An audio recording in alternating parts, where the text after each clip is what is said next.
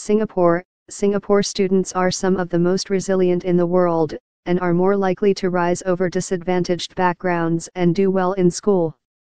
Still, data from the Organization for Economic Cooperation and Development, OECD, shows that students coming from poorer families are more than 4 times more likely to be low performers, compared with more affluent peers.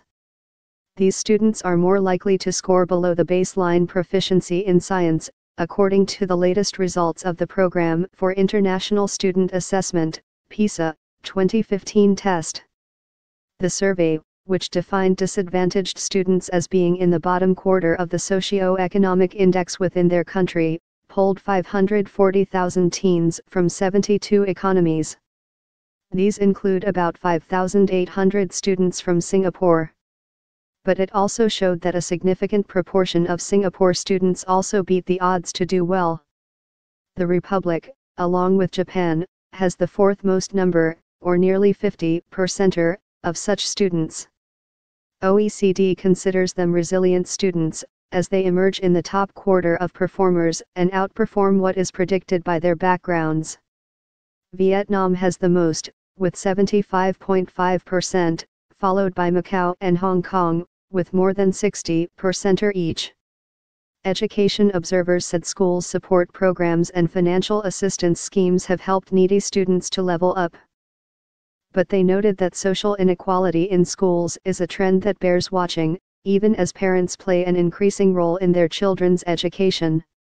The OECD report, titled Excellence and Equity in Education, stated that while the impact of socio-economic disadvantage varies across economies, its association with low performance is statistically significant in all PISA participating economies.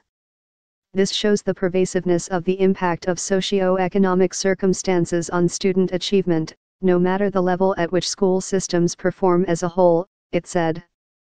To compile an index of social, economic, and cultural status, the study gathered data about individuals' backgrounds, such as their parents' jobs and qualifications, home resources, and environment.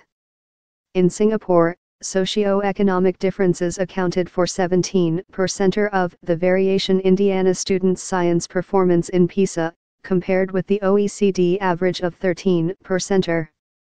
At the school level, nearly 2/3, or 60.9%, of the variation in school science scores here is accounted for by the socio-economic makeup of their students.